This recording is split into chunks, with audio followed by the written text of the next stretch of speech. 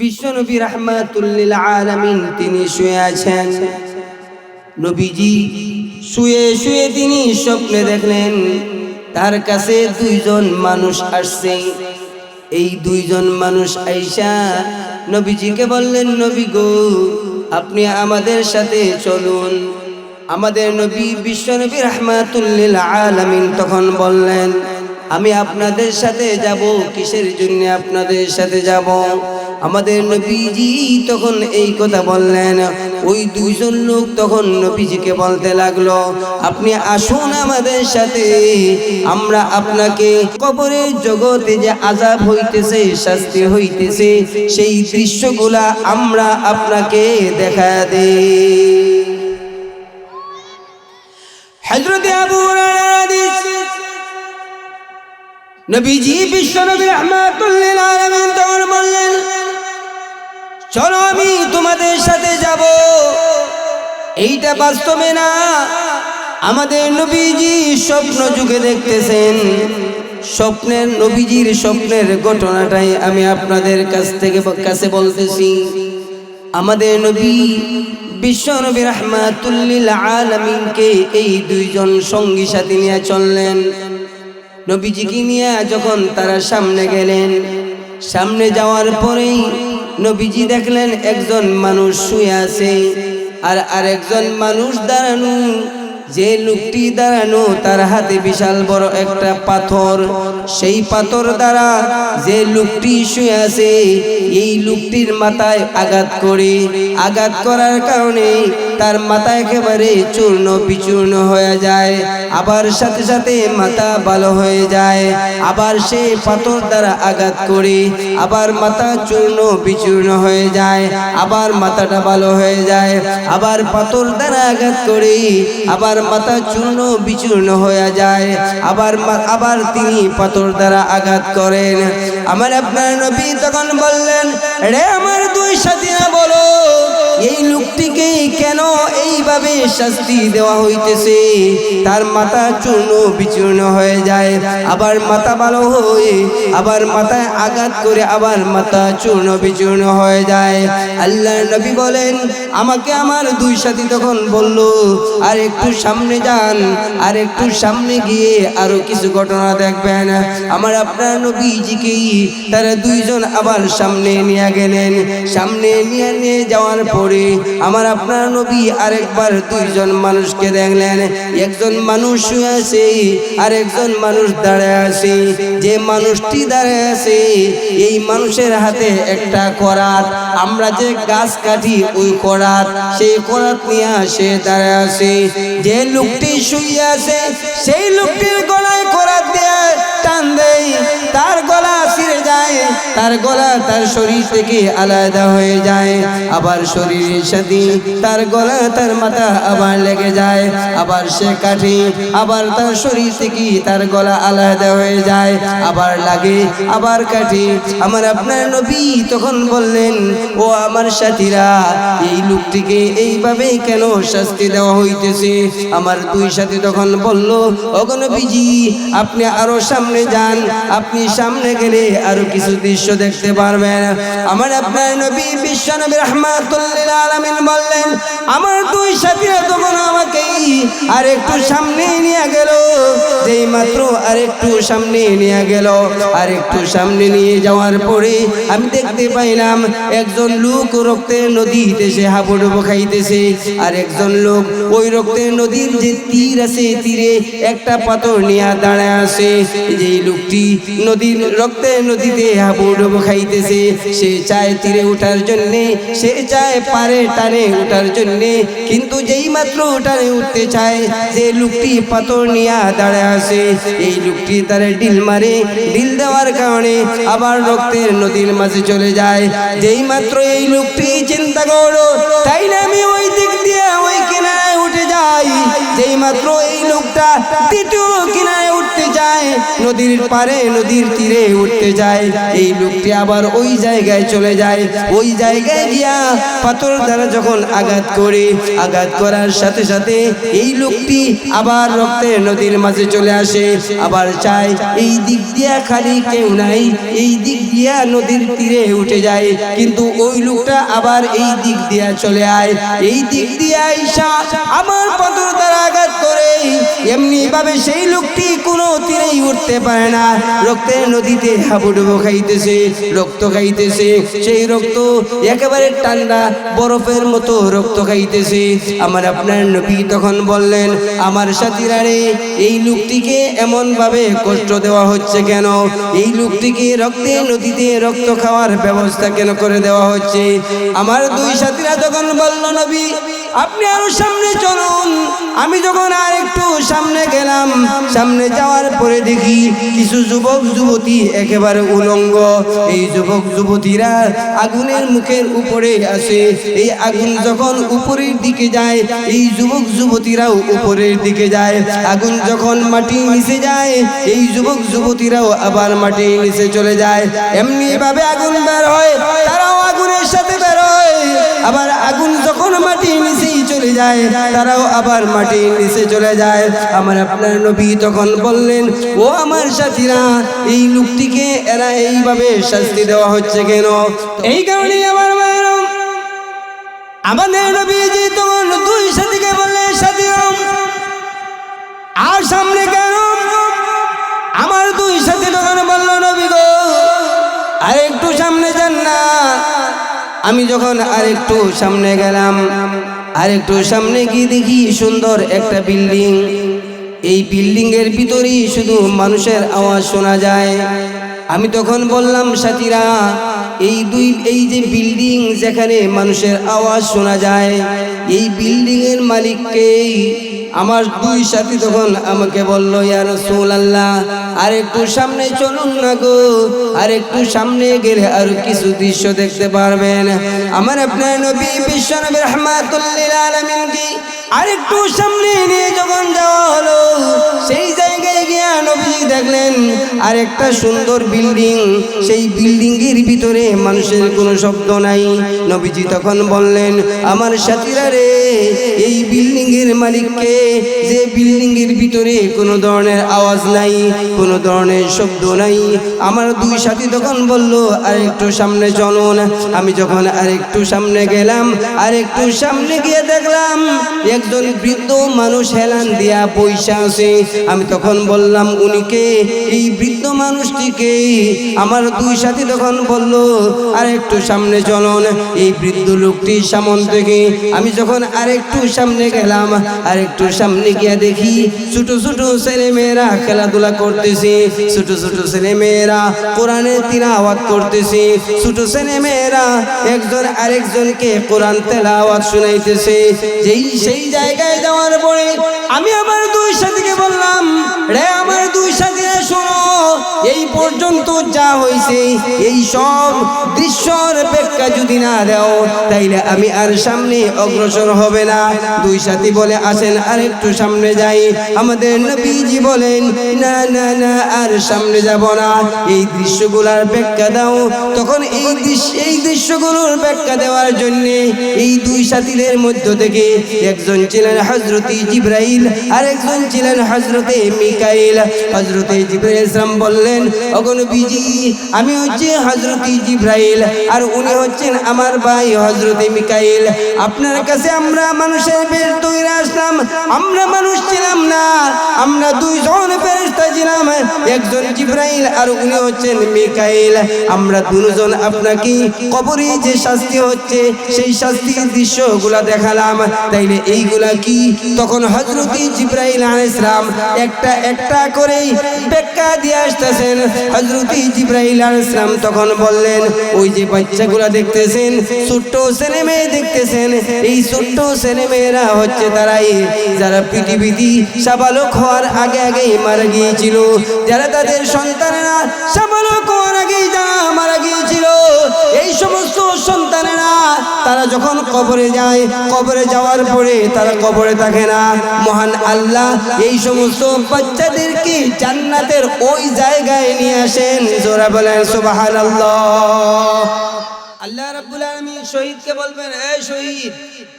শহীদ বলতে তোমরা গ্রামের আব্দুল শহীদ না, বা তোমার আইসে বুঝা গেছে তোমার গ্রামের আব্দুল শহীদ মনে।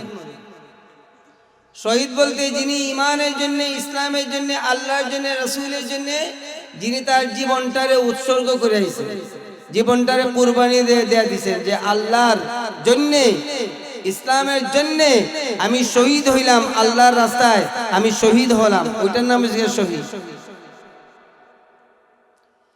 আল্লাহ তাআলা শহীদকে বলবে, এই শহীদ, দুনিয়াতে তুমি যে শহীদ হইছিলা, কি এর লাগে শহীদ হইছিলা?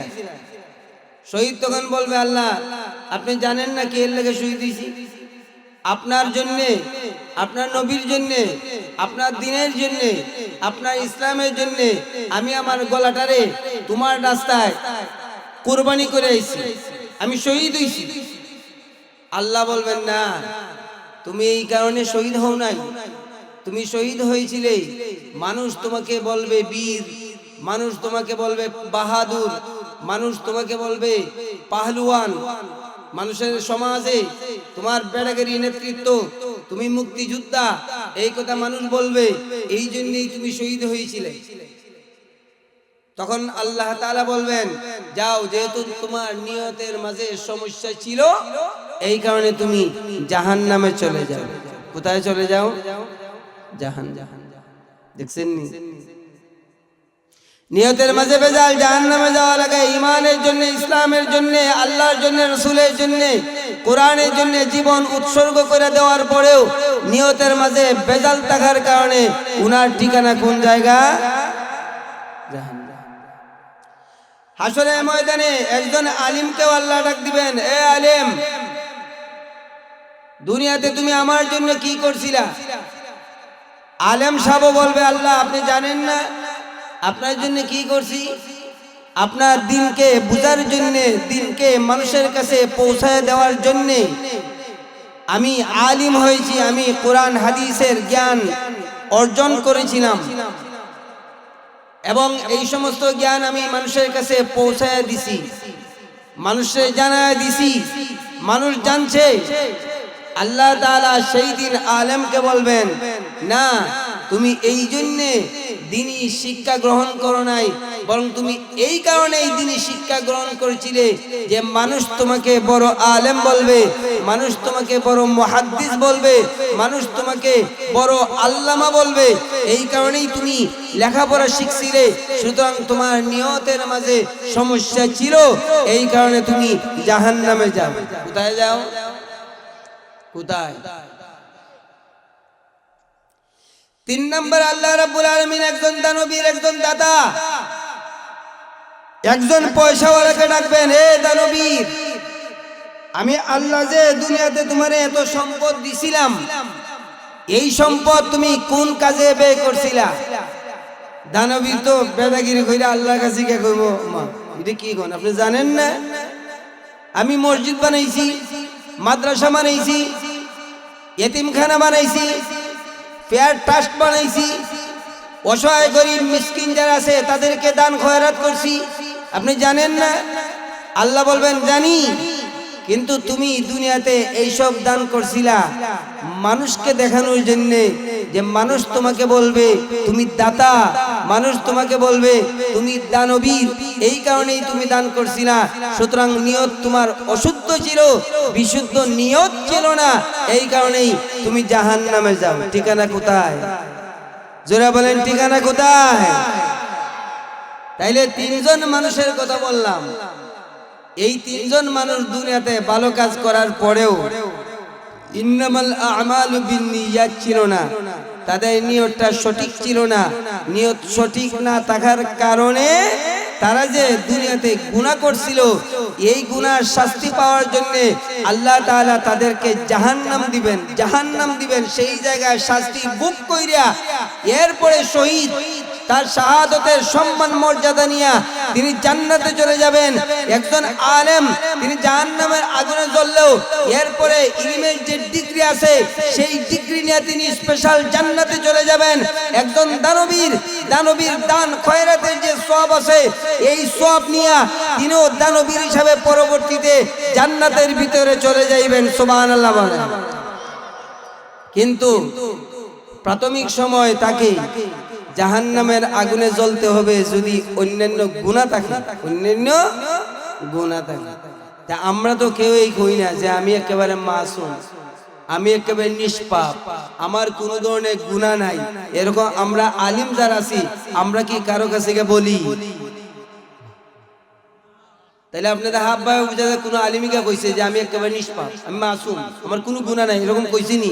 তাহলে না, একটু জোরে বলেন না, আরো জোরে বলেন না। না আছে স্টেশন ঠিক করবে, নাইলে অসুবিধা আছে। মারহাবা বলে, আরো জোরে বলে মারহাবা, আরো জোরে বলে মারহাবা। এখন আপনারা আগে একটু ইজি হন। নির্বাচনের সময় যে এত মানুষ হয়েছেন, আলহামদুলিল্লাহ, আলহামদুলিল্লাহ বলেন, আরো জোরে বলেন আলহামদুলিল্লাহ, আরো জোরে বলেন আলহামদুলিল্লাহ। আপনি যদি আলহামদুলিল্লাহ বলেন, আল্লাহ শুকরিয়া আদায় করলেন, আল্লাহ নিয়ামত পাইয়া, কারণ এটাও নিয়ামত। সব কি এই জায়গায় ওয়াজ হইতে পারে? জোরে বলে পারে? এই সমাজের যারা সুদখোর আছে, সমাজের যারা ঘুষখোর আছে, এই সমস্ত সুদখোরেরা, এই সমস্ত ঘুষখোরেরা, এরা কই ওয়াজ মাহফিল এটা আমরা লাগি না, মারামারি শুরু হইছে। এটা তো কর্তৃপক্ষ যারা, তারা কইতে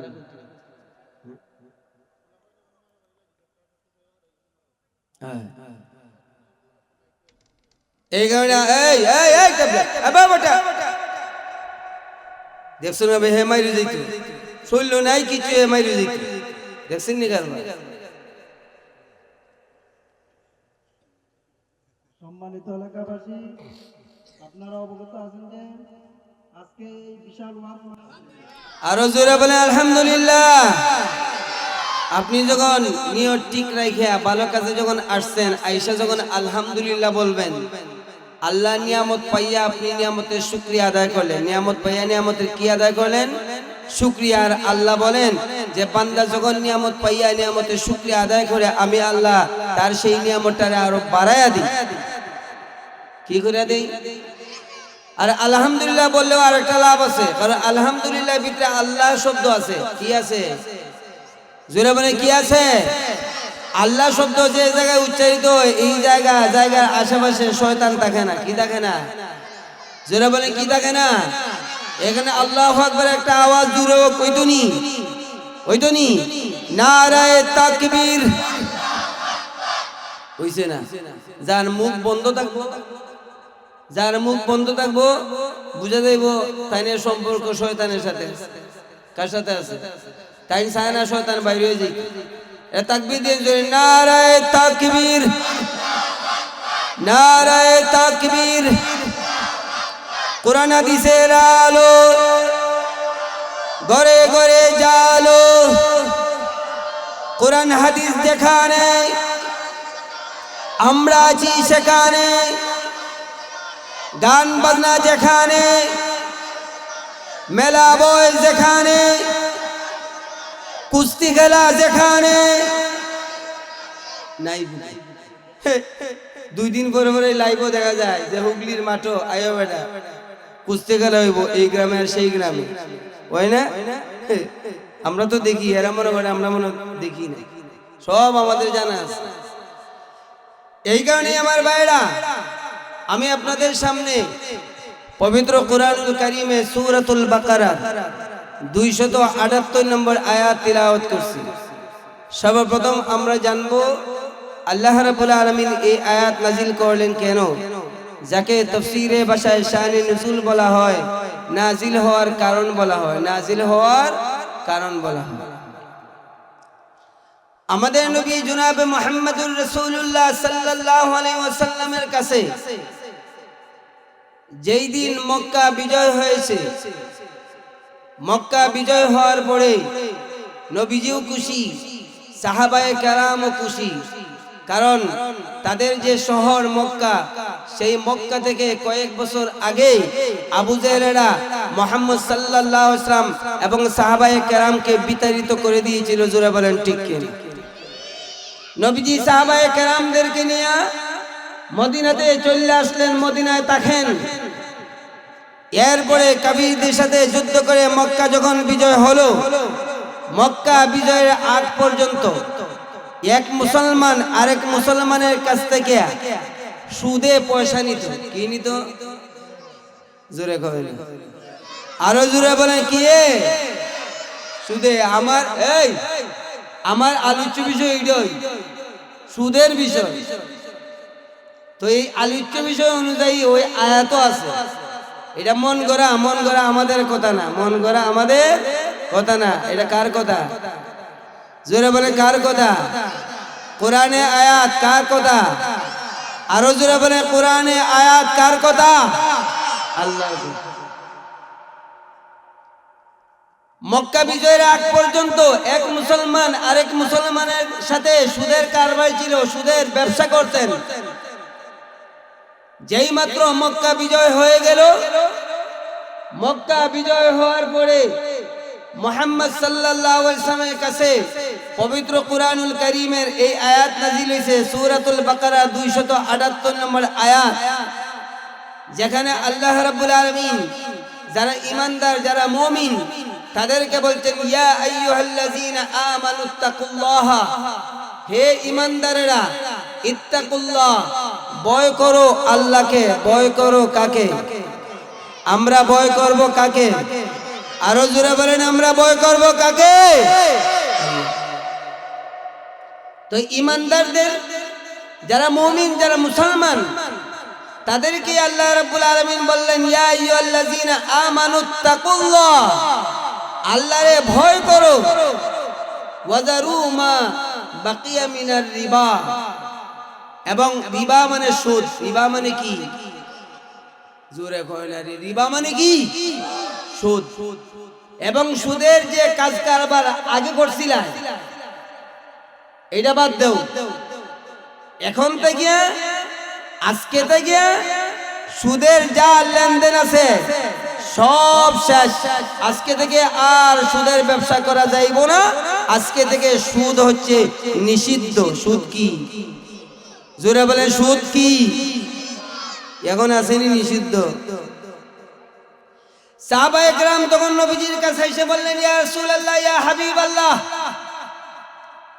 আমি তো তারে পয়সা দিয়েছিলাম, তো সেই পয়সার তো টাকা এখনো রয়েছে, আসলটাও রয়েছে, আসলটার সাথে আরো যা এটাও রয়েছে। এখন কি করবো গো নবীজি? নবীজি তখন বললেন আর সম্ভব নয়, আগে যা খাইছো তাওবা করো, আল্লাহ মাফ করে দিব। এখন থেকে সুদ বন্ধ। এখন থেকে সুদ কি? আরো জোরে বলেন, এখন থেকে সুদ কি? আরো জোরে বলেন, এখন থেকে সুদ কি? এরপরে আয়াতের শেষে আল্লাহ বললেন ইন কুনতুম মুমিনিন, যদি তোমরা মুমিন হও, যদি তোমরা ঈমানদার হও, আজকে থেকে তোমাদের সুদের ব্যবসা বন্ধ। হ্যাঁ, তুমি 1 টাকা দিছিলাই, ওই 1 টাকাই তুমি পাইবাই। 1 টাকার বিনিময়ে 2 টাকা 3 টাকা চক্রবর্তী হারে সুদ, এইগুলো আজকে থেকে বন্ধ। আজকে থেকে কি? কিন্তু তুমি তোমার আসল টাকা যেটা আছে, আসল টাকা পাইবা, আসল টাকা পাইবা। এখন এই আয়াত নাযিল হওয়ার পরে কোন মানুষ আছে, কোন মুসলমান আছে, ভালো হইছে সুদ বন্ধ হইছে রে, তাহলে আসল টাকাও মাইরা দিব। আসল টাকাও আল্লাহ এরপরে আয়াতে বলেছে যে আসল টাকা মারা যাইব না। অতীতে যে সুদ খাইছো, সেই সুদ যেহেতু নিষিদ্ধ ছিল না, ওই সময় জায়েজই ছিল, নিষিদ্ধ হইছে মক্কা বিজয়ের দিনে। যেদিন মক্কা বিজয় হইছে, এই দিন আল্লাহ তাআলা সুদ নিষিদ্ধ করছেন। এর আগ পর্যন্ত যা খাইছো সমস্যা নাই, তাওবা করো, আল্লাহ তাআলা তোমাদেরকে মাফ করে দিবেন। কিন্তু এরপর থেকে যদি সুদ খাও, আর কি নাই, সুদে যার কাছ থেকে তুমি সুদের টাকা অতিরিক্ত আনছিলা, সে যদি মাফ না করে, আল্লাহও মাফ করবেন। আল্লাহ চিন্তা করেন, সুদের অবস্থাটা চিন্তা করেন। এখন আপনি কত মানুষে সুদ দিছিলেন, এইটার কোনো হিসাব আছে? এখন কয়জনের কাছে কি আপনি মাপ চাইবেন বলেন তো ভাই? মাপ চাওয়ার কোন ধরনের সুযোগ আছে? কোন সুযোগ? আমাদের সমাজে দুইটা জিনিস, একটা আর একটার বিপরীত।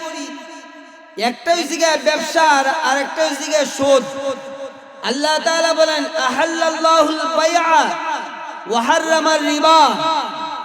আল্লাহ বলেন আল্লাহ তাআলা ব্যবসাকে হালাল করছেন আর সুদকে করছেন হারাম। সুদকে করছেন কি? আরো জোরে বলেন, সুদকে করছেন কি? কিন্তু আমাদের সমাজে এমনও ব্যবসায়ী আছে যারা ব্যবসা করে ঠিক, সে যখন মাল কিনে আনে, মনে করেন ধান 1 মণ কিনে আনছে, 1 মণের সাথে সে আরো 2 কেজি অতিরিক্ত লইয়াই একজনের ঠিক হবে না, আও গো না নাও গো না, আমার মনে চাইছে উঠতে যাইতাম গিয়া। জোরে বলেন ঠিক কিনা? আরো জোরে বলেন ঠিক কিনা? 1 মণ আনলে আরো 2 কেজি বেশি আনে। আবার সে যখন বিক্রি করে, কি করে বিক্রি করে, এই সময় 40 কেজি বস্তার মাঝে 39 কেজি দে, আরো 1 কেজি মাইরা দে। কথা বলেন, এরকম ব্যবসায়ী আছে না নাই? অথচ আল্লাহ বলে আহাল্লাল্লাহুল বাইআ ওয়া হাররামার রিবা। আল্লাহ ব্যবসারে হালাল করছেন আর সুদকে করছেন হারাম। সুদকে করছেন কি? অথচ আমি নিজেই আমার ব্যবসারে হারাম বানাই ফেলতেছি, আমি তারই পাইতেছি না। জোরে বলেন কথা ঠিক কিনা? আরো জোরে বলেন ঠিক কিনা? সুদ তো হারামই, এটা তো গর্হিত কাজ, এটা একেবারে সবচাইতে বাজে কাজ, সবচাইতে নির্লজ্জ কাজ। কিন্তু আপনি ব্যবসায়ী হইয়া একজন হালাল ব্যবসায়ী করবেন, আপনি ব্যবসায়ী হইয়া ডানের ভিতরে সুসা বইরা দেন, তাইলে একজন সুদখোর আর আপনার মাঝে কোনো পার্থক্য রইল না। জোরে বলেন ঠিক কিনা? আরো জোরে বলেন কথা ঠিক কিনা? এই কারণে যারা ব্যবসা করবেন তাদেরও হুঁশ থাকা দরকার যে আমি যে ব্যবসা করি, এত কষ্ট করে শ্রম দিলাম, সকালবেলা খাই না, দুপুরে খাই না, ওই রাইতে 10টার সময় আইসা বাড়িতে খাই, এর আগে বাজারও ডাল বুড়ি বড়া টরা খাইয়া দুপুরে কাটাই দেই। আমি এত কষ্ট করে ব্যবসা করলাম, এখন সেই ব্যবসার যে সম্পদ আছে, সেই সম্পদ যদি আমার হারাম হয়ে যায়, আমি ব্যবসায়ী হইয়া আমার সম্পদ যদি হারাম হয়ে যায়, তাইলে সুদখোর আর আপনার মাঝে কোনো পার্থক্য থাকলো নি। দিন রাত এক কইরা ব্যবসা কইরা আপনি সম্পদ বানাইলেন, অথচ দেখা যায় সুদখোরের সম্পদ যেমনি ভাবে হারাম, আপনার সম্পদটাও ঠিক সেইভাবেই হারাম হয়ে যাচ্ছে। তাইলে পার্থক্যটা থাকলো কোথায়? আছে? আছে? এই কারণে যারা ব্যবসায়ী যারা, এরা তো খুশি, আমরা বিরুদ্ধে কোনো ওয়াজ নাই, যত ওয়াজ সব সুদখোরের বিরুদ্ধে, ঠিক না? আর আমাদের সমাজে যারা সুদখোর আছে, এরাও ওয়াজু টাজু যায় না বেশি।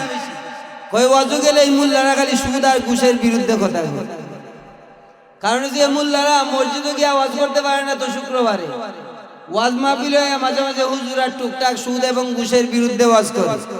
মসজিদের ভিতরে ওয়াজ করেন যায় না, কারণ মসজিদের কমিটি যারা থাকে, এরা বড় বড় যারা আছে, এরা বেশি অংশ সুদখোর। ঠিক ওই একজনই জুড়ে গেছে, আর বাকি সব জিরো আস্তে আস্তে করছে। জোরে বলেন কথা ঠিক কিনা? আরো জোরে বলেন কথা ঠিক কিনা? একজন ইমাম সাহেবও চিন্তা করে, আমি যে সুদের বিরুদ্ধে ওয়াজটা করতাম, কালকে আমার সভাপতি, সেক্রেটারি অথবা কেশিয়ার অথবা এলাকার যে মস্তান গুন্ডাস টাইপের, এটা তো দইরা আমারে মসজিদ এলাকায় দিব খাইছি। এখন ইমাম সাহেব চিন্তা করে, বাবা আগে ইজ্জত বাঁচা। কি বাঁচা? এখন ইমাম সাহেব খালি নামাজ, রোজা, হজ, যাকাত, ইবাদত বন্দেগী, ভালো কাজ, সুদ ঘুষের লাইনেও যায় না। কারণ লাইনে যাইলেই ইমাম সাহেবের বে লাইনে বাড়াই দিব। জোরে বলেন ঠিক কিনা? আর ওয়াজ মাহফিলও কইতে একটু সমস্যা হয় না, কারণ অন্তত চাকরি যাইতো না। আগামী সব দাওয়াত দিত না ওয়াজে, আগামী সব ওয়াজে কি দিত না? দাওয়াত দিত না। দাওয়াত না দিলে কি হয়েছে? অন্তত চাকরিটা তো আর যাইতো না। চাকরিটা কিনে তো আমার বেজাল। আগামী সুযোগ এই যে 10 বছর আগে আপনাদের তলে বন্ধাইছিলাম, এরপরে আর 10 বছর আইছি না, তো আমার কি তুইছি হইছে কিচ্ছু। আমরা মসজিদে এই বিষয়গুলো ওয়াজ করতে কষ্ট পাই। কেন কষ্ট পাই বলেন তো ভাই? রিজিকের মালিক কে? আমার জন্মের, আমার সৃষ্টির 50,000 বছর আগে আল্লাহ তাআলা আমার রিজিকের ব্যবস্থা করে রাখছেন। আমি কোন জায়গা থেকে রিজিক তালাশ করব, কি খাবো, এই সবগুলার ব্যবস্থা করে দিয়েছেন কে? আরো জোরে বলেন কে? তাইলে আমি রিজিকের ভয় পাবো কেন? আমার এত টেনশন কেন? এই কারণে আমার ভাইরা, আল্লাহ রাব্বুল আলামিন ব্যবসাকে হালাল করেছেন আর সুদকে করেছেন হারাম। আল্লাহ রাব্বুল আলামিন মক্কা বিজয়ের দিনে আমাদের নবীজিকে জানা দিলেন, নবী গো,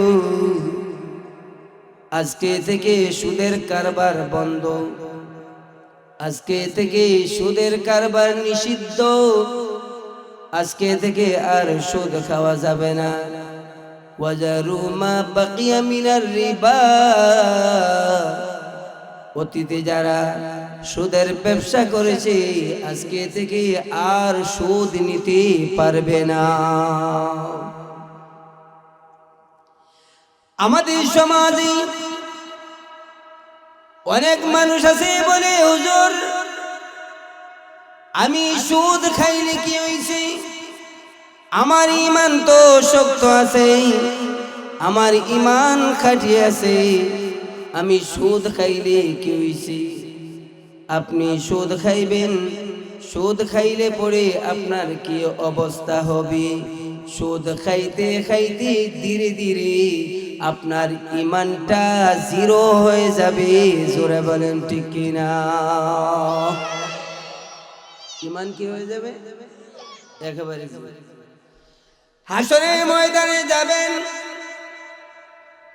হাসরের ময়দানে গিয়ে দেখবেন আপনার আমলনামায় শুধু গুনার গুনাহ লেখা, একটা অনেক আমল নাই। আপনি ফেরেশতাকে বলবেন, ফেরেশতা রে, আমি তো দুনিয়াতে মাঝে মাঝে নামাজ পড়ছিলাম, এই নামাজের সওয়াব গেল কোথায়? আমি তো দুনিয়াতে মাঝে মাঝে রোজা রাখছিলাম, এই সওয়াবগুলো গেছে কোথায়? ফেরেশতা তখন বলবি, দুনিয়াতে তুমি এমন গর্হিত কাজ করেছিলে যে গর্হিত কাজের কারণে দুনিয়াতে তোমার ঈমানটাই নষ্ট হয়ে গিয়েছিল, এই কারণে নামাজ পড়ছো, এক ওয়াক্ত নামাজের সওয়াব আমল নামায় নাই। জোরে বলেন ঠিক কিনা? এই কারণে আপনি সুদ খান, সুদের ব্যবসা করেন, কিন্তু সুদের ব্যবসা করতে গিয়া আপনি সমাজে এমন কাজ করেছেন যে কাজ করার কারণে ঈমান নষ্ট হয়ে গেছে, তার পান নাই। জোরে বলেন ঠিক কিনা? আরো জোরে বলেন ঠিক কিনা? এই কারণে যদি মনে করেন আপনি সুদের ব্যবসা করলে কি হইছে, আমার ঈমান তো শক্ত আছে, আপনার ঈমান শক্ত নাই। আপনার ঈমান, আমাদের সমাজে এমনও মুসল্লি আছে, এমনও মুসলমান আছে, আইসা ইমাম সাহেবকে বলে, ইমাম সাহেব, যে বেটা সুদ খায় এই বেটা দিয়ে একেবারে সবার আগের কাতারে তাকে, আগের কাতারে, আগের কাতারে নামাজ পড়ি, আগের কাতারে নামাজ পড়ি, সে যে খাঁটি ঈমানের অধিকারী, সুদ খাইয়া আগের কাতারে নামাজ পড়াও কোনো লাভ নাই। জোরে বলেন ঠিক কিনা? আসেনি কথা কোন আছে? সবার আগের, সবার দেখবেন যে সুদ খায়, সুদখোর, যেই মাত্র জানাজা হয় কোনো মানুষ যদি মারা যায় তাইলে ওই জানাজায় সবার আগে সুদখোর গিয়া দাঁড়াইয়া থাকে। কে থাকে? কেন থাকে? এই কারণেই থাকে, সুদখোর বোঝায় আমি সুদ খাইলে কি হইছে দেখছস নি বেটা, জানাজাত একেবারে সবার আগে আমি দাঁড়াই। মানে আমার মতো বালা মানুষ নাই, আমার মতো সুদ খাইলে কি হইছে বালা মানুষ নাই। আমাদের সমাজে এমনও মানুষ আছে যারা সুদের টাকা নেই, সুদখোর যেমনি ভাবে পাপী ঠিক তেমনি ভাবে যারা সুদের টাকা নেয় তারাও পাপী। জোরে জোরে বলেন ঠিক কিনা? একদল না দুই দল, পাপী দুই দল। কয় দল? জোরে বলেন কয় দল? দুই দল। যে সুদ দেয় সেও অপরাধী, যে সুদের টাকা নেয় সেও কি শুধু সুদখোরের বিরুদ্ধে যাইতো নি শালডিং যে সুদের টাকা নেয় তার উপরে দেওয়া আছে, তার উপরে দেও। এখন বলবে হুজুর যে বেটা সুদ আনে এই বেটা গরিব, এই কারণে আনে, তার দোষটা কি? তার দোষ হয়েছে কি? না খাইয়া মরে যাবে না। এত সুদের টাকা আনা তো না খাইয়া মরে যা। আর না খাইয়া কোনো মানুষ মারা যায় 1-2 দিন, 3 দিন, 5 দিন, 10 দিন, এরকম খুব কম আছে। আমি একেবারে টোটাল 2 দিন গেছে একেবারে কিচ্ছু খাইছি, মানে ভাত জাতীয় রুটি জাতীয় কিচ্ছু খাইছে না, শুধু ফানের উপরে। কয়দিন আমি কিন্তু মরছি না। তো একদিন তোমার ঘরে খাবার না থাকলে তুমি যাও গা সুদ করে দাঁড়াও সুদে টাকা আনবার লাগিয়া। অথচ তোমার জন্মের 50,000 বছর আগে আল্লাহ তাআলা রেজিস্ট্রি করে রাখছে তুমি কি খাইবা, কোন জায়গা থেকে তুমি রিজিক অন্বেষণ করবা। কিন্তু তুমি বেহুশ, তোমার হুঁশ নাই, তুমি সুদে টাকা নিয়ে আসো। আমি বিসিক শিল্পনগরী মসজিদে ইমামতি করি। বিসিক শিল্পনগরী একজন মুসল্লি একদিন আমারে কয় হুজুর আমি সুদে টাকা আনতে বাধ্য হইছি। আমি কইছি কেন লাগিয়া?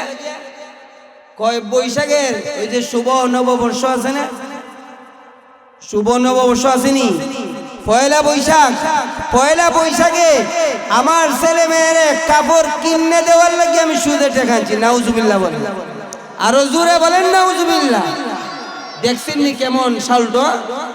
হ্যাঁ, ছেলে মেয়েরে শুভ নববর্ষের পয়লা বৈশাখের সে প্যান্ট শার্ট জামা কিনে দিবার লাগিয়া সুদ করে গেছে গিয়া সুদের টাকা।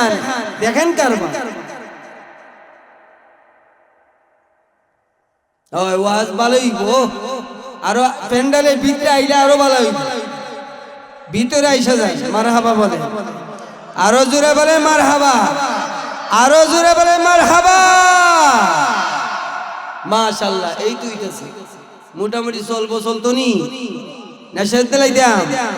আমার বড়ই মনে হয় আপনাদের প্রধান অতিথি মাওলানা ইমদাদুল্লাহ বৈরবী সাহেব, সারা জীবন বৈরবী নাম বুঝছেন না? বৈরবী একজন ছিল না বাংলাদেশে, ওনার নাম নারে তাকবীর, আল্লাহু আকবার। প্রধান অতিথির আগমন, শুভেচ্ছা স্বাগতম, এটা নির্বাচনে কোনো স্লোগান না, এটা প্রধান অতিথি বক্তা যে আইছেন এটা বুঝা গেছে। ঠিক নি? বুঝছেন না আপনারা? বুঝছেন না? নির্বাচনের স্লোগান কি দা? আমার ভাই তোমার ভাই, আমার ভাইয়ের চরিত্র ফুলের মতো পবিত্র, নামাজ পড়ে না এখন তো গাঞ্জা গায় ফাঁসক্ত। এটা যে নির্বাচনের স্লোগান। নির্বাচনের আর যদি খালি দানের শীষেরটা কই তবে এই হুজুরে খালি দানের শীষের কথা, খালি যদি দাড়ি পাল্লা কথা কই তবে এই হুজুরে খালি দাড়ি পাল্লা কথা। এমন মুসিবতের মাঝে আছি, তাই ওইটাই বলা আমার ভাইয়ের চরিত্র ফুলের মতো, ফুলের মতো।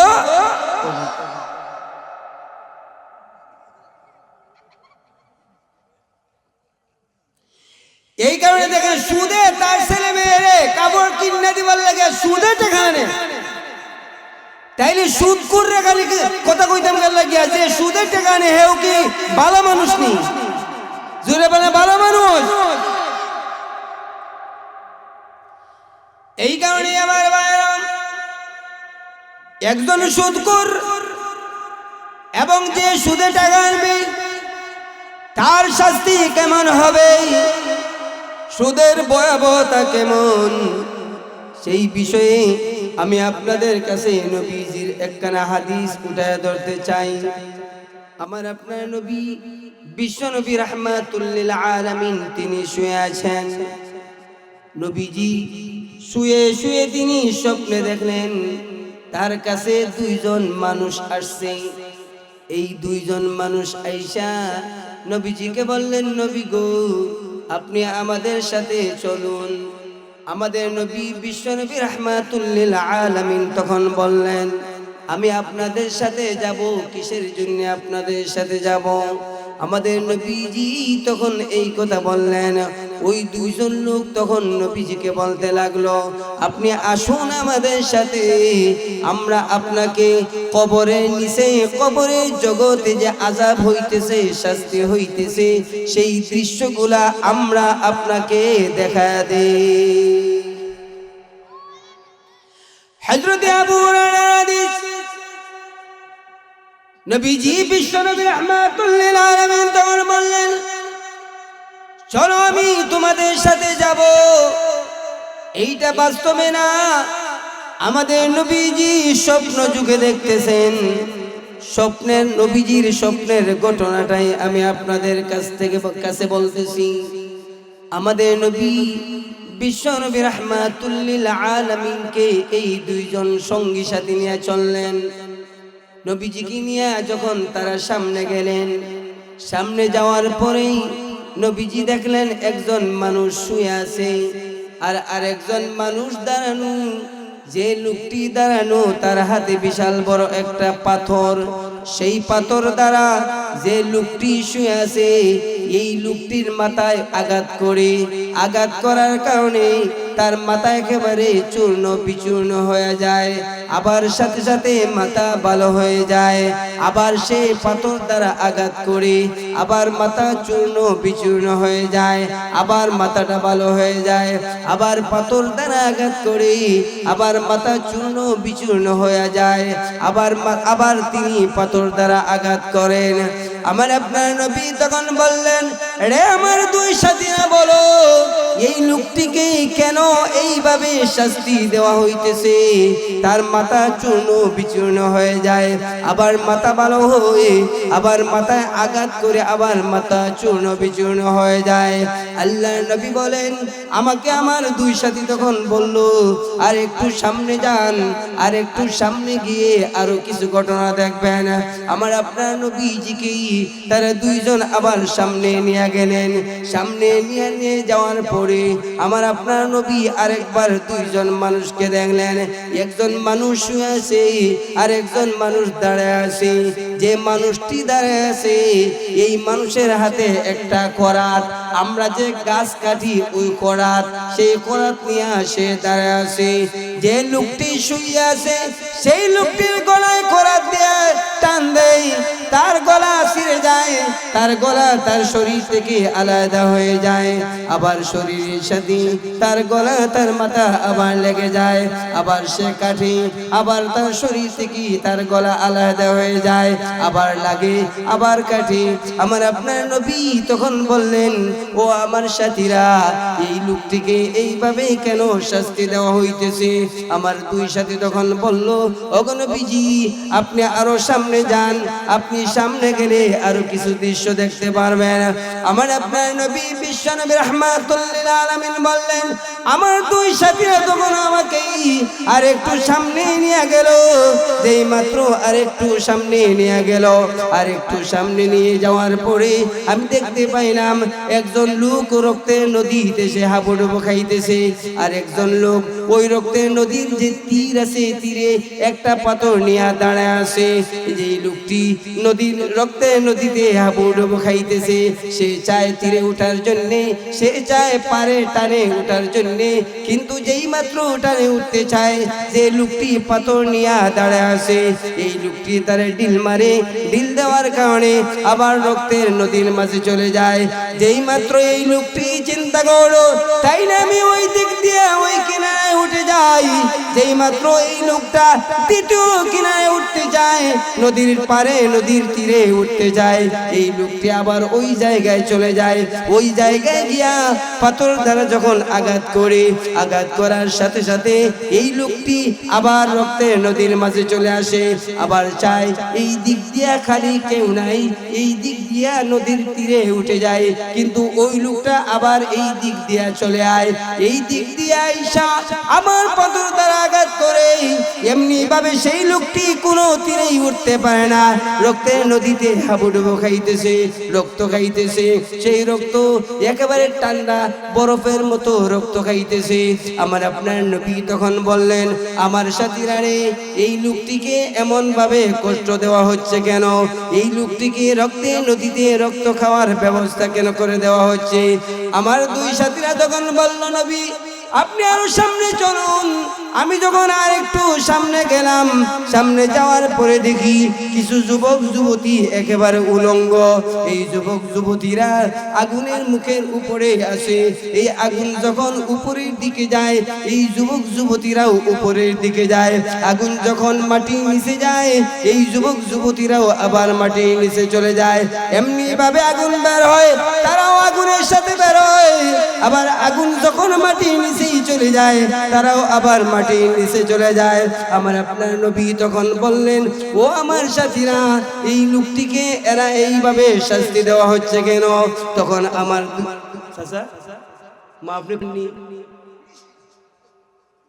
চাচা এমন জায়গায় দুবাইছে, ভাই ভাই স্টেশনের সামনে, ওই যে রেডিও স্টেশন, এটা রেডিও স্টেশন। কি স্টেশন? যেখান থেকে স্বাধীনতার ঘোষক জিয়াউর রহমান স্বাধীনতার ঘোষণা দিয়েছিলেন। চাচা আমরা স্বাধীনতার ঘোষণার সামনে দাঁড়াই, আলহামদুলিল্লাহ বলেন, আরো জোরে বলেন আলহামদুলিল্লাহ, আরো জোরে বলেন আলহামদুলিল্লাহ। আমার ওয়াজ এখন লাগছে না তো, আগে লাগছে না, ওই সময় তো জন আসলাম, এখন তো দাঁড়িয়ে দাঁড়িয়ে কিছু পাকছে না, এমন তো না যে জন রয়েছি, জন রয়েছি নি, জন রয়েছি নি। এখন বয়স কি হয়, জন দেখা যায়, এখন বয়স 44। কত?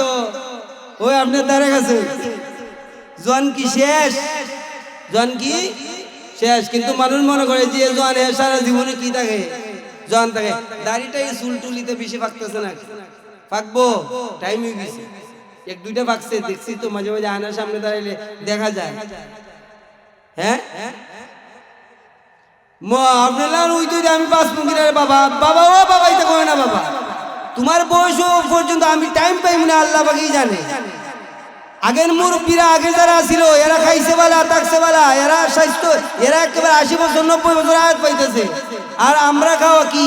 পান খাওয়া, চা খাওয়া, আচ্ছা এটা গাঞ্জা খায়, ট্যাবলেট খায়, মদ খায়, এটা এমনি শেষ, ঠিক কিনা? কথা কয় না, জোরে বলেন ঠিক কিনা? এইটা তো আরো আগে যাইব গিয়া।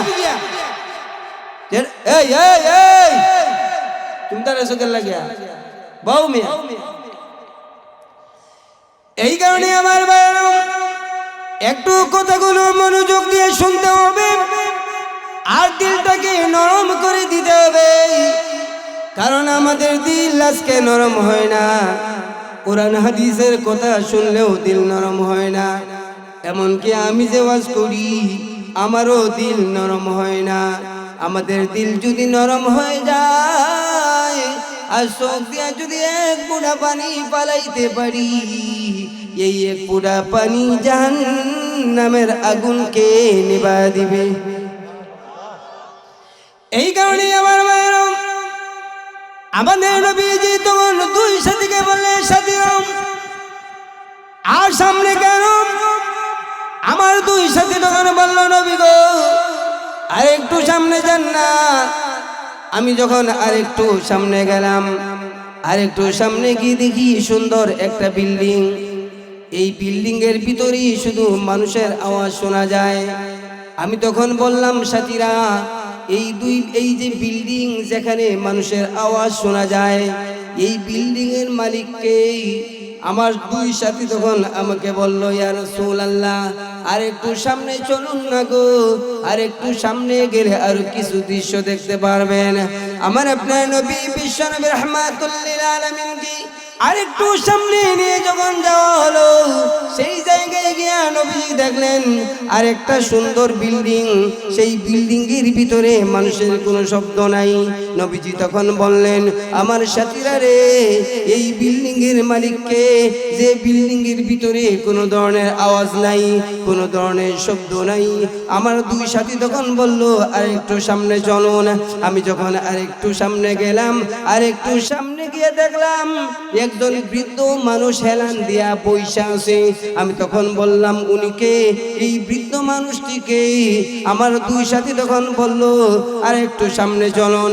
এই বৃদ্ধ লোকটির সামনে থেকে আমি যখন আরেকটু সামনে গেলাম, আরেকটু সামনে গিয়ে দেখি ছোট ছোট ছেলে মেয়েরা খেলাধুলা করতেছে, ছোট ছোট ছেলে মেয়েরা কোরআনের তিলাওয়াত করতেছে, ছোট ছেলে মেয়েরা একজন আরেকজনকে কোরআন তেলাওয়াত শুনাইতেছে।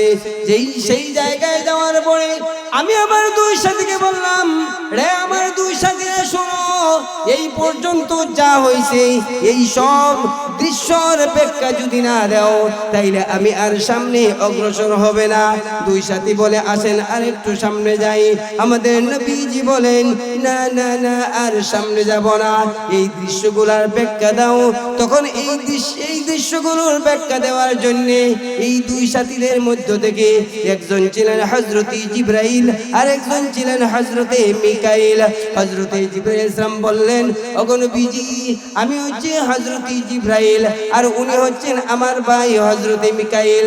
আপনার কাছে আমরা মানুষের বেশ ধরে আসলাম, আমরা মানুষ ছিলাম না, আমরা দুইজন ফেরেশতা ছিলাম, একজন জিবরাইল আর উনি হচ্ছেন মিকাইল।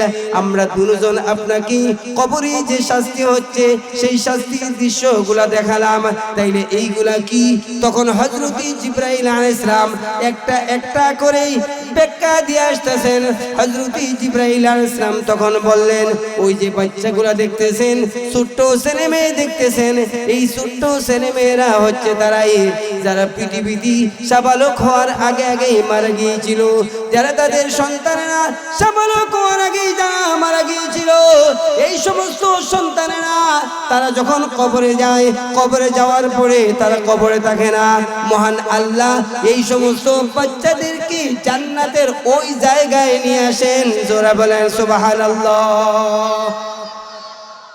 এই কারণে আমাদের ছেলে মেয়ে মারা গেছে না, কথা মারা গেছে না, মারা গেছে নি? তোমার মারা গেছে, হেও কয় তার মারা গেছে, অথচ হে বিয়াই করছে, তারও বলে ছেলে মেয়ে মারা গেছে। তার ভাইটাই বোন এইটা মারা যেতে পারে, কিন্তু ওই যে হেও কয় মারা গেছে, কি মারা গেছে? তারও ছেলে মেয়ে মারা গেছে, অথচ ট্যাবলেট ওখানে ট্যাবলেটই আমিন বলে, কিন্তু একদিন তো বলইব না নি, না বলইব না? আল্লাহ যেন তার হায়াতরে বাড়া দেয়। সবাই বলেন আমিন, আরো জোরে বলেন আমিন। এই কারণে ছোট্ট ছেলে মেয়ে সাবালক হওয়ার আগে মেয়েদের বয়স 9 বছর আর ছেলেদের বয়স 12 বছর। এর আগ পর্যন্ত যারা মারা যায়, মারা যাওয়ার পরে এরা কি কইবর থাকেনি? কথা কোনো কইবর থাকে? কইবর থাকে না, এরা সব হাসরের ময়দানে ওই জায়গায় চলে যায়। সেই জায়গায় তারা কোরআন তেলাওয়াত করে, কোরআন তেলাওয়াত শিখে, একজন আরেকজনকে কোরআনের তেলাওয়াত শোনায়, আলহামদুলিল্লাহ বলে। এখন আপনি কইবেন, তাহলে আমার যে ছেলে মারা গেছিল, আমার যে একটা মেয়ে মারা গেছিল, যেটার জন্য আপনি দিন রাত ঘুমাইতে পারছেন না, ঘুমাইতে পারছেন? আমি বিয়া করার 8 বছর পরে আমার এক মেয়ে হয়েছিল। কয় বছর পরে? কথা কয় কয় বছর পরে? এই 8 বছর এলাকার মহিলারা আমার বউর একেবারে খালি দিছে। কি করছে? খাল বুঝো, একেবারে সামরা উঠাই নিছে। সুনামগঞ্জ থেকে যখন বাড়ি তাই এইদিকে পড়ছে আর একেবারে খালা জিগাই কি হয়েছে? কয় আমার কাছে অমুক মহিলা আইছি, অমুক মহিলা এক হয়, আপনারা আরেকটা বিয়া করাই। 8 বছর পরে ওর পরে 1.5 বছর পরে আমার মেয়ে মারা গেছে। কয় বছর পরে? বিয়া করার কয় বছর পরে না বাচ্চা হয়েছিল? 8 বছর। 8 বছরের পরে 1.5 বছরের মাথায় মারা গেছে। মোটামুটি খালি আব্বা টাকাটা শিখছিন, মারা গেছে। মারা যাওয়ার পরে সিলেট থেকে যখন লই আইলাম সুনামগঞ্জ, সবে কবর করতেছে। আর আমি তখন পুরান বাস স্ট্যান্ড গিয়া সুনুর পানের দোকানে একটা পান খাইছি। কি খাইছি? কারণ আপনি তো কইবেন হুজুর দিবে সম্ভব মানুষ, মেয়ে কিন্তু গুরুস্থানও কবর করে আর হুজুর দি পান খায়। কি খায়? পান খাইছি। পান খাইয়া আল্লাহ বলে আল্লাহ সারাদিন পান খাইছি নি। তখন আমি যেন মনে করলাম যে আল্লাহ কইতেছে না সারাদিন তো পান খাইছিস না। আমি তো আমার মেয়ে লিও দৌড়ে দৌড় এখন পান খাইছি কার লাগে জানেননি? আমার যেন মনে হয় আল্লাহ আমার জিজ্ঞেস কার লাগে খাইছো। আমি আল্লাহ বুঝলাম যে আল্লাহ 8 বছর পরে আমার মেয়ে দিছিলা, এই মেয়ে নিয়ে নিছো, আমি তোমার উপরে খুশি আছি। খুশি যদি না থাকতাম তাইলে আমি কি পান খাইতাম নি? আমার মন সাক্ষী দেয় এই সময় আল্লাহ মনে হয় আমার দিকে একেবারে খুশি তাকায় আছে। দেখ আমার বান্দা, আমি তার মেয়েরে আমার কাছে নিয়ে আসছি, আমার বান্দা আমার উপরে খুশি আছে। আমার উপরে কি আছে? এরা আপনার অবস্থাটা তো এমন হয়, 8 বছর পরে যদি ছেলে মেয়ে হয় আপনি তো কে কইবেন আহারে কানতে কানতে আপনার অবস্থা শেষ। কেউ যদি মাথায় আপনার বেটা ফিটা খাইবি বেটা, 8 বছর পরে ছেলে একটা পাইছিলাম, এই ছেলে মহিলা গেছি গিয়া আমার মাথা না বেটা, আমার টেম্পার এমনি গরম আছে, বলবেন না? কথা বলেন, বলবেন? এখন আপনার কি লাভ? আপনি তো তার টেনশনে মানুষের সাথে খারাপ ব্যবহার করেন, বোর্ড চেহারাই দেখেন না, আত্মীয় স্বজনের সাথে খারাপ ব্যবহার করেন। কিন্তু আপনার ছেলে যে মারা গেল, আপনার মেয়ে যে মারা গেল, আপনি তো তারে বলতে পারতেছেন না, কিন্তু সে কিন্তু আপনারে ভুলে গেছে। আওয়ার গোনা নাও গোনা টিকো গোনা বিটিকো একটা কইবেন তো, সে কিন্তু আপনারে ভুলে গেছে। হাজার হাজার বছর যাইব হাসরের ময়দানে যখন সব মানুষ যখন উঠবো, ওই সময় আল্লাহ এই সন্তানকে বলবেন, এ সন্তান তোর তো দুনিয়ার মা ছিল বাবা ছিল। তখন সে বলবো হ আমার তো আব্বা ছিল, আমার তো আম্মা ছিল। এরা কই? এরা কই তুই কুজা বাইর ঘর বাইর খইরা আমার তোর জান্নাতের ভিতরে লইয়া যাবে, যা থাড়ালি। আপনি তো কানতে কানতে মরে যান, আল্লাহর কত দূর দে কই ও আল্লাহ রে, তুই খালি আমার বুলা ডারেই মিলে রে। আর লেডিস দ্বারা এরা খাম তো শেষ আয় খানদারে আর পাইছিলাই না। ওই বই ঘরের ভিতরে 10টা বইছে, একটা নিতে পারছিলাই না, খালি আমারটাই নিছে। হ্যাঁ, অথচ আপনার কেমন মর্যাদা দেখেন। আসলে ময়দানে সে খুঁজতে থাকবে খুঁজতে খুঁজতে আপনারা পাইয়া তারা মা বাবারে 2 হাতে দইরা একেবারে আল্লাহ তৈরি জান্নাতে নিয়ে যাবে। আর জোরে বলেন সুবহানাল্লাহ। হযরত জিবরাইল বলেন ইয়া রাসূলুল্লাহ, এই যে এলান দিয়া বৈশা আছেন যে মুরব্বি দেন, এই মুরব্বি হচ্ছে আপনাদের জাতির পিতা হযরত ইব্রাহিম আলাইহিস সালাম। নবীজি, এই পৃথিবীতে যে সমস্ত সন্তানেরা সাবালক হওয়ার আগে আগেই মারা যায়, এই সমস্ত সন্তানগুলোকে মহান আল্লাহ হযরত ইব্রাহিম আলাইহিস সালামের কাছে পৌঁছায়া দেয়। এরা হইছে এই সন্তান। নবীজি তখন বললেন, জিবরিল আমার পিতা ইব্রাহিমের সাথে পরিচয় করাইয়া দাও। নবীজিকে তখন ইব্রাহিম পয়গম্বরের সাথে পরিচয় কইরা দেওয়া হইল। হযরত জিবরাইল আলাইহিস সালাম এরপরে নিয়ে আসলেন আমাদের নবী বিশ্ব নবীকে। আয়েশা বললেন, নবী গো, যে বিল্ডিং, সুন্দর বিল্ডিং দেখছিলেন, যে বিল্ডিং এর ভিতরে মানুষের কোনো আওয়াজ নাই, এই বিল্ডিং হচ্ছে আপনার জান্নাত। জোরে বলেন সুবহানাল্লাহ। নবীজি তখন বললেন, জিবরাইল এই বিল্ডিং যদি আমার হয় তাইলে আমার এখানে রেখে যাও। হযরত জিবরাইল বললেন, এটা বাস্তব না গো নবীজি, এটা আপনি স্বপ্ন জগতে আছে, স্বপ্নের মাধ্যমে এইগুলা দেখতেছেন, বাস্তবে না। কারণ দুনিয়াতে আপনার হায়াত আরো আছে, হায়াত শেষ হওয়ার পরে এরপরে আপনি এই বিল্ডিং, এই জান্নাতের ভিতরে যাইবেন। জোরে বলেন ঠিক কিনা? নবীজি কি এটা বাস্তব হইতেছে না স্বপ্ন যুগে? কথা বলেন, বাস্তবে না স্বপ্নে? আপনাদের কি এলোমেলো হয়ে গেছে? এলোমেলো না ঠিক আছে? নবীজি এই যে দৃশ্যটা, এই যে ঘটনাগুলো, এটা স্বপ্নে না বাস্তবে? স্বপ্ন দেখেননি? স্বপ্ন দেখেন? স্বপ্ন দেখেন না? এই এলাকা কেউ স্বপ্ন দেখে না।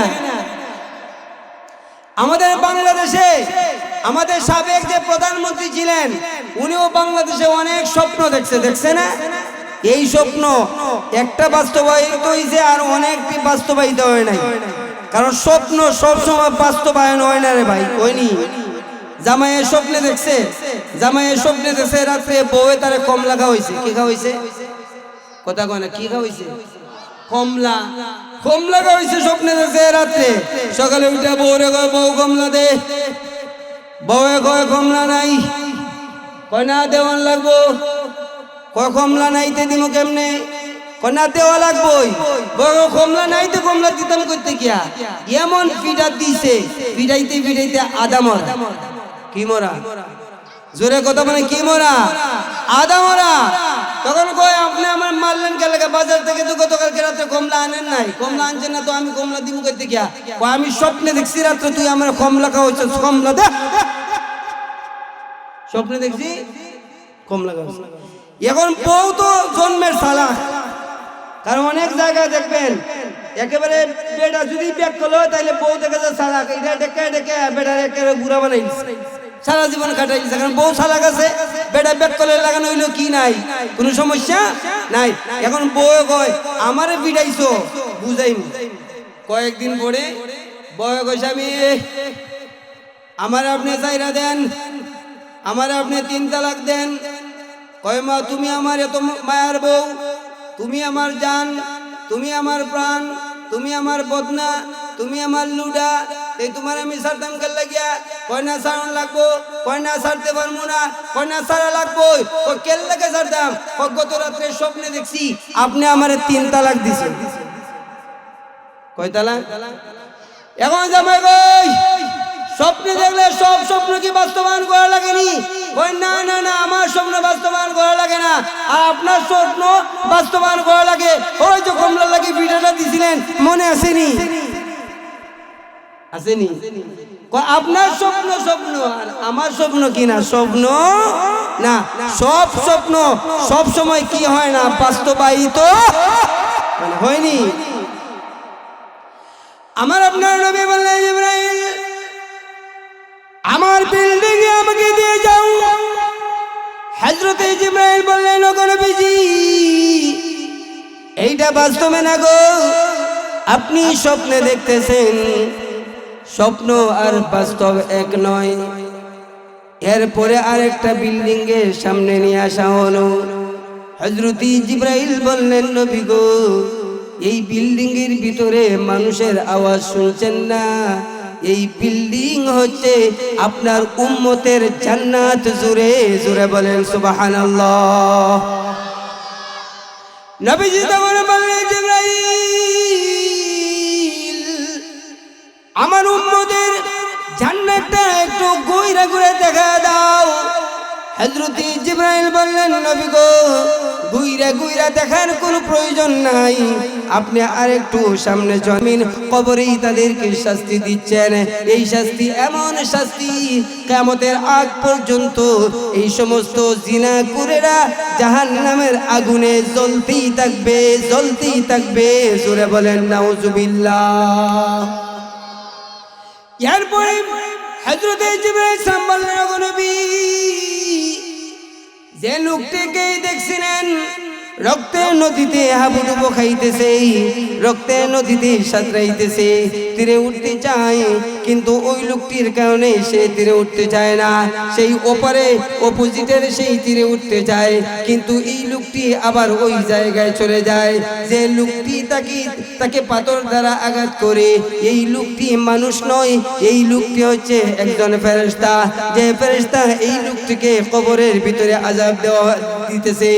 এই লোকটি কে জানেন গো নবীজি? আমার আপনার নবী বলে, জিবরাইল, এইটা আমি কেমনে জানবো? এই লোকটি কে আমি জানবো কেমনে? হযরত জিবরাইল আলাইহিস সালাম তখন বললেন, এই লোকটি ছিল পৃথিবীর সুদখোর এবং ঘুষখোর মানুষ। এই লোকটি পৃথিবীতে সুদ খাইছিল, ঘুষ খাইছিল, সুদ খাইয়া ঘুষ খাইয়া যত সম্পদ বাড়াইছিল, এই সব সম্পদ রে মহান আল্লাহ একেবারে রক্ত বানায়া তার কবরে পৌঁছায়া দিছেন। কিয়ামতের আগ পর্যন্ত এই রক্ত খাইতে থাকবে, এই রক্ত থেকে সে ফিরে উঠতে পারবে না। মহান আল্লাহর পক্ষ থেকে সুদখোর এবং ঘুষখোরের কবরে এটাই হবে সর্বোচ্চ শাস্তি। জোরে বলেন নাউজুবিল্লাহ। এটা কেডা? কথা কথা জোরে বলেন না কে? আরো জোরে বলেন কে? ওনার নাম হচ্ছে সুদখোর। নাম কি? কথা কয় না। সুদখোর। সুদ খায়া সম্পদ বানাইলেন, এত সম্পদের মালিক হইলেন, লাভটা কি হইল? এই সব সুদের টাকারে আল্লাহ রক্ত বানাইব। কি বানাইব? এই কারণে দেখছেন না সমাজে সুদখোর, এটা সুদখোর না, এটা রক্ত চুষা। এটা কি চুষা? আমাদের সমাজে এমনও সুদখোরের সাথে ওই যারা সুদে টাকা নেয়, এরা মনে করছে এরা মনে বাচ্চা দেবী না, এরাও বাঁচার সুযোগ নাই। আমাদের সমাজে যারা সুদ খায় এরাও সমস্যার মাঝে আছে, যারা সুদ নেয় এরাও সমস্যা আছে। কারণ আমাদের সমাজে এমনও সুদখোর আছে, এই সুদখোরেরা তাদের সুদে টাকা আনতে আনতে সুদ যখন দিতে পারে না, এরপরে জায়গা বেচে, জমি বেচে, এরপরে তার প্রিয়তমা স্ত্রীরেও একেবারে বন্ধক দেলায় সুদখোরের কাছে। নাউজুবিল্লাহ। আওয়াজ এত আসতে হইতো, আমি এখন নিজে আমি কিন্তু উঠতে। আরো জোরে বলেন নাউজুবিল্লাহ, আরো জোরে বলেন নাউজুবিল্লাহ। এই কারণে আজকে এই যে আপনাদের যে এই আলোচ্য বিষয়টা, এই আলোচ্য বিষয়টা আসলে আমি জানি না, কারণ পোস্টার দেখার টাইম নেই। 2 দিন আগে আমার একজন বন্ধু দেখেছিলাম যে এই পোস্টারে ওয়াজ যাওয়া লাগবো। যখন বাইর করছে, বাইর করার পরে পোস্টারের দিকে চাইলাম, চাইয়া দেখি আমার আলোচ্য বিষয়ের নাম হচ্ছে সুদ আর ঘুষ। সূরা বাকারা 278 নম্বর আয়াত। এখন আমার এটা পোস্টার বরণের টাইম নাই যে আমি পোস্টার দেখবো, পোস্টার পড়বো। আলোচ্য বিষয় একটা দিলে এইটা জানার লাগে যে আপনার আলোচ্য বিষয় শিখে এইটা, আলোচ্য বিষয় এইটা। আজকে যখন সকালবেলা গুগলের ভিতরে হামাইছি যে সুদের বিষয়ে একটা জিনিস দেখবার লাগিয়া গিয়াই পয়লা যেটার উপরে আমার চোখ পড়ছে, এইটার নাম হচ্ছে বউ বন্ধ। কথা জোরে বলে কি বন্ধ? জোরে বলে কি বন্ধক? বউ বন্ধক সুদের আলোচনা আছে, ওই জায়গায় গিয়ে দেখি বউ বন্ধক। আমি দেখলাম বউ বন্ধক কিরে, ভিতরে হামায় দেখি বাংলাদেশের মাঝে একটা ছবি আছে, এই ছবির নাম হইছে বউ বন্ধক। নাম কি? বউ বন্ধক। বুঝেননি? মানে আপনার বউরে আরেকজনের কাছে বন্ধক দিয়েছে। না নাউজুবিল্লাহ। আরো আস্তে আস্তে হোক, আরো আস্তে আস্তে হোক। এই সমাজে এমনও যারা সুদ নেই, এই সমাজে এমনও যারা আছে যারা জুয়া খেলে, যারা মদ খায়, যারা জুয়া খেলে, এরা জুয়া খেলার জন্য, এরা মদ খাওয়ার জন্য, এরা সুদের টাকা আনার জন্য এই লেনদেন সে যখন করতে পারে না, সে অগত্যা অপারক হইয়া সে তার বউরে বন্ধক রেখে দিছে আর চলচ্চিত্র বানাইছে বউ বন্ধক। সুবহানাল্লাহ, সুবহানাল্লাহ।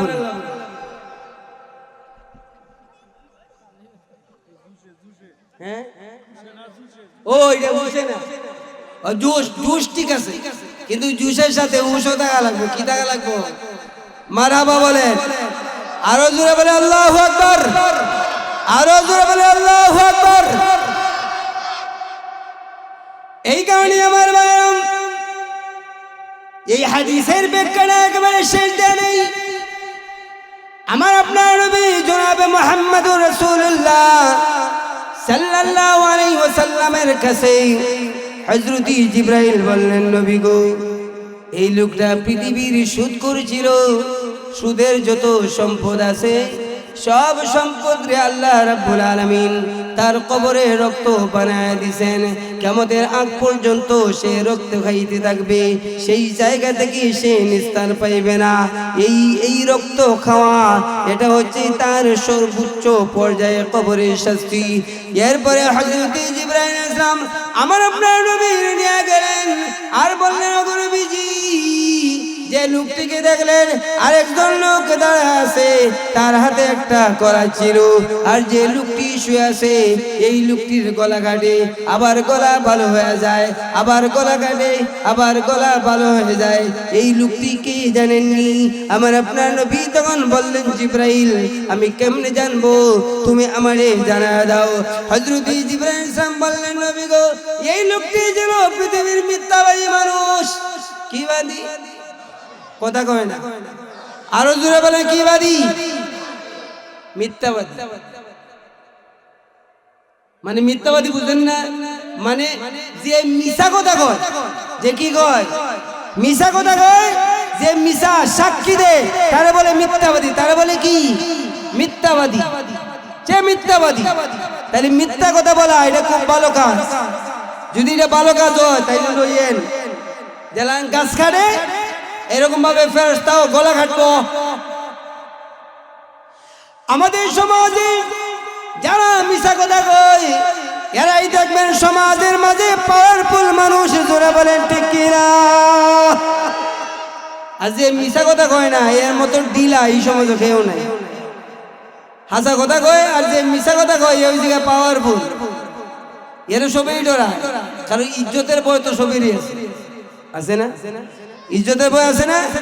ইমাম সাহেব ডরে কথা কয় না কেন লাগিয়া?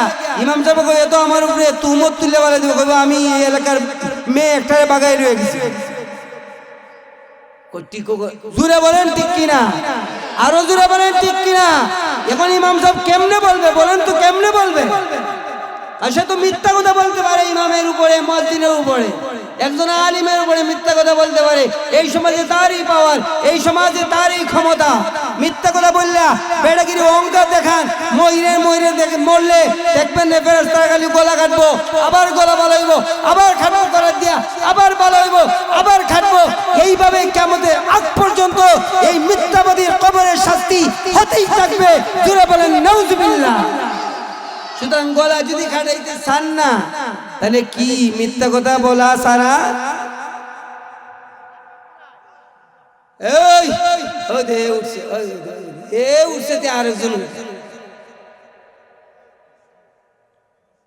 আইব না, আইব দেখেন না। যাক ওই মোবাইলও তো এটা দরকার। আজকে তো আমরা হার জায়গায় ফজর রক্ত বেটা ঘুমায়, যে সময় তিনি আল্লাহু আকবার হাইয়া আলাস সালাহ আসসালাতু খায়রুম মিনান নাওম, এই সময় মোবাইল রেখো। মোবাইল এখন তুমি একটু রেস্ট দেখো, আমি একটু ঘুমাই। সময় কোনটা? কোন সময়? ফজর রক্ত সারা রাত মোবাইল টিপায়া তার শেষ হয় না। আর আগে আমরা এশার নামাজে পড়ে খালি আম্মারে টানতাম, ঘুমাইতাম কোন সময়। আর এখন একেবারে ফজর রক্ত খালি টিপায়, খালি ডেক্কায়, খালি ডেক্কায়। আমার পুরিও ডেক্কানি শিখে নিছি, বাবা উফরি দি দেও। কি দেও? উফরি দি দেও। আমার শিখা উফরি দি দেও। দেখছেন দেখার ভাই, ওই যেটা বাচ্চা আছে, যেটা মারা গেছে এটা তো গেছে, যেটা আছে এটা বাবা উফরি দি দেও। এর মানে কি? এইটাও বুঝে, ও তো খালি ট্যাবলেট।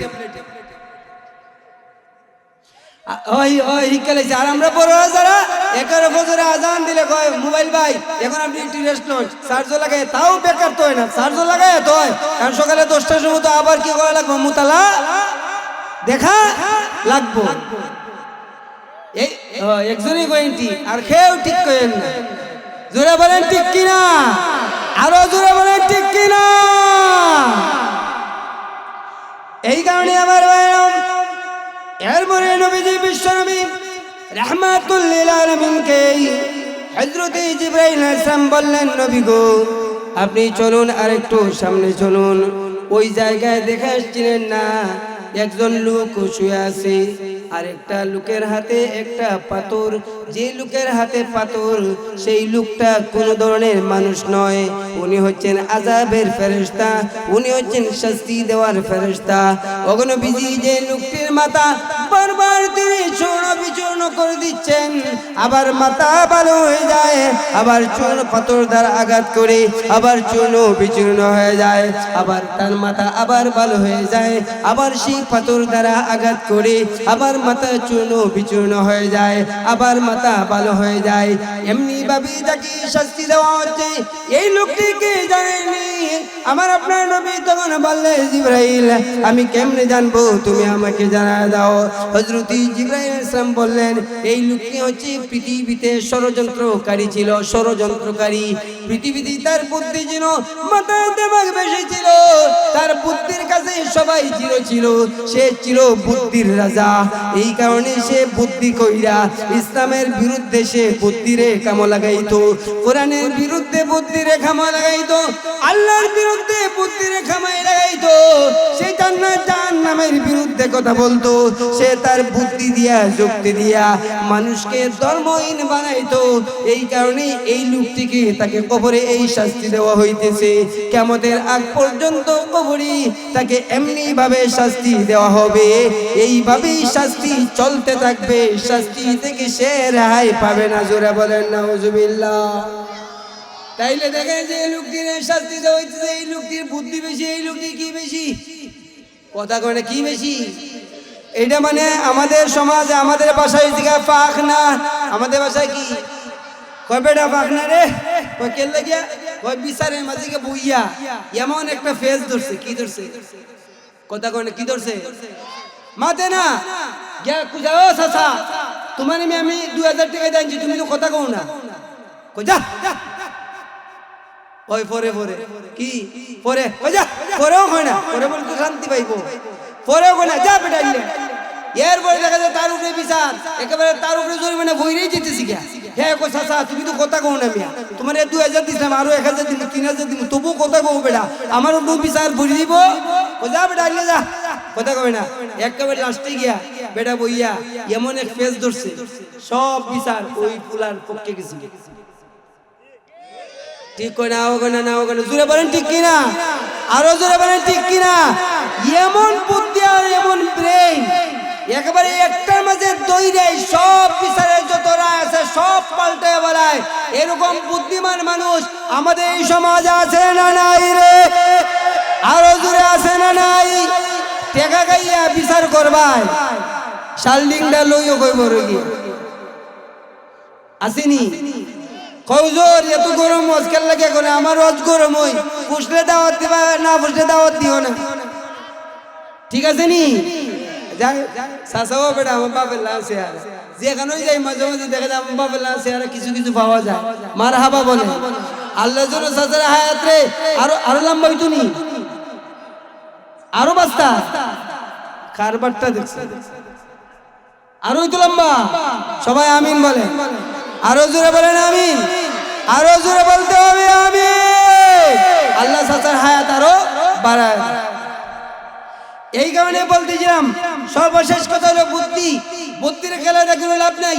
যদি বুদ্ধি ইসলামের বিরুদ্ধে যায়, যদি আপনার বুদ্ধি কোরআনের বিপক্ষে যায়, আপনার বুদ্ধি যদি আল্লাহ এবং রাসূলের বিপক্ষে চলে যায়, আপনার বুদ্ধি যদি ইসলামের বিপক্ষে চলে যায়, আপনার বুদ্ধি যদি মসজিদ মাদ্রাসার বিপক্ষে চলে যায়, আপনার বুদ্ধি যদি তাফসীরুল কোরআন মাহফিলের বিপক্ষে চলে যায়, তাইলে কই বলে গিয়া পিতা খাইবে, এতে কোনো সন্দেহ নাই। জোরে বলেন করে ঠিক কিনা? হ্যাঁ ঠিক, এটা একসাথে কই, একলা কইলে তো আবার মানুষ কইব বেড়া কিরকম দিব, আলাদা কর। এই কারণে সুদখোর যারা সুদ খায় তারাও বিপদে আছে, যারা সুদের টাকা নেয় তারাও কি আছে? বিপদে আছে। আর সুদখোর আর ঘুষখোরের মাঝে কোনো পার্থক্য নেই, আছে? জোরে বলেন আছে? সুদখোর যেমনি ভাবে জাহান্নামে যাইব, কবরে আযাব পাইব, ঠিক তেমনি ভাবে যে ঘুষখোর হেও কি জাহান্নামে কবরে তার কি আছে? শাস্তি আসে। এই কারণে নবীজি বলছেন আর রাশি ওয়াল মুরতাশি কিলাহুমা ফিন্নার, যে ঘুষ খায় এবং যে সুদ দেয়, এর মানে যে সুদ খায় যে সুদ দেয় দুজনে অপরাধী। যে ঘুষ খায় এবং যে ঘুষের মানে ঘুষ দেয় সেও সঠিক একইভাবে অপরাধী। এখন এই দুইজনেই কোথায় যাবে? কিলাহুমা ফিন্নার। রাসূলুল্লাহ সাল্লাল্লাহু আলাইহি ওয়াসাল্লাম বলছেন যে এই দুইজনেই জাহান্নামের আগুনে যাবে, জাহান্নামের আগুনে যাবে। আমাদের সমাজে ঘুষ ছাড়া কোনো চাকরি হয়নি, কথা কোনো হয়নি, জোরে বলে হয়নি। আপনার যত ক্ষমতা থাকুক, আপনার মনে করেন আপনার এই এলাকার এমপি কে হইব? বিএনপি অথবা জামাতের যে কোনো একজন হইব না? ক্ষমতা যাওয়ার পরে আপনি এই এমপি মনে করেন দানের শীষের যে এমপি আছে অথবা দাড়িপাল্লার যে এমপি আছে, আপনি সে পাস করার পরে আপনার ছেলে চাকরির জন্য গেলেন। কি এর জন্য গেলেন? চাকরির জন্য গেলেন। মাঝিদে দালাল ধরতে ধরতে 3 লাখ শেষ। একজনই কইছে, আর কেউ কয় না। মাঝিদে দালাল ধরতে ধরতে 3 লাখ শেষ। এখন দালাল ধরতে ধরতে গেলেন ওই নেতার কাছে গিয়ে আরো 1 লাখ শেষ। এরপরে গেলেন আপনার এমপির দ্বারও যাইতে গিয়ে আরো 3 লাখ শেষ। এখানে 7 লাখ, কয় লাখ। এরপরে চাকরি হইতে গেলে আরো 3 লাখ, হইছে কয় লাখ? 10 লাখ। কয় লাখ? 10 লাখ দিয়া ঘুষ দিয়া চাকরি লইলেন বুলারে। এখন এই বুলায় চাকরি পাইয়ে কইব আমার বাপে তো 10 লক্ষ টাকা খরচ কইরা ঘুষ দিয়ে চাকরি লইছে। এখন আমার দায়িত্ব, আমি যদি ভালোগুলো হয়ে থাকি, আমি যদি আমার বাবার একেবারে ভালোগুলো হয়ে থাকি, আমার বাবা যদি আমার জন্ম দিয়ে থাকে, আমি যদি বাবার লিগেল গুলো হয়ে থাকি, তাহলে আমার দায়িত্ব হইল গিয়া যে 9 লাখ ঘুষ খাইয়া এই 10 লাখ তোলা। কথা কয় না? আরো জোরে বলেন ঠিক কিনা? আমার প্রথম দায়িত্ব হয়েছে যে পয়লা এই 10 লাখ তোলা। এখন এই 10 লাখ তুলে নিব 6 মাসে। যদি পুলিশ হয়, পুলিশ যদি হয় তো কারবার হইছে 10 লাখে 10 ঘন্টা তুললে ভালো। খালি কইব বেটা আমি আসি তোরে গাইড দিমু, কন্যানকা 10 লাখ। কয়লা হাজার হাজার কোটি টাকা আওয়ামী লীগের এমপি মন্ত্রীরা বালিশের তলে তুষকের তলে তুই ঘুমাইছে। এর মানে একজনে বলটি জোরে কয় জানে ঠিক, আরো জোরে বলতে পারেন না ঠিক? হ্যাঁ, আর 10 লাখ এটা তো 10 ঘন্টায় উড়ে বলে। 6 মাস কেন লাগিয়া? 6 মাস তো আমি একটু বেশি দিছি। কি দিছি? বেশি দিছি।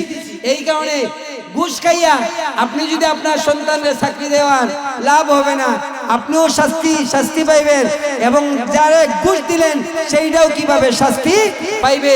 এই কারণে সুদ এবং ঘুষ থেকে আমাদের বাঁচতে হবে।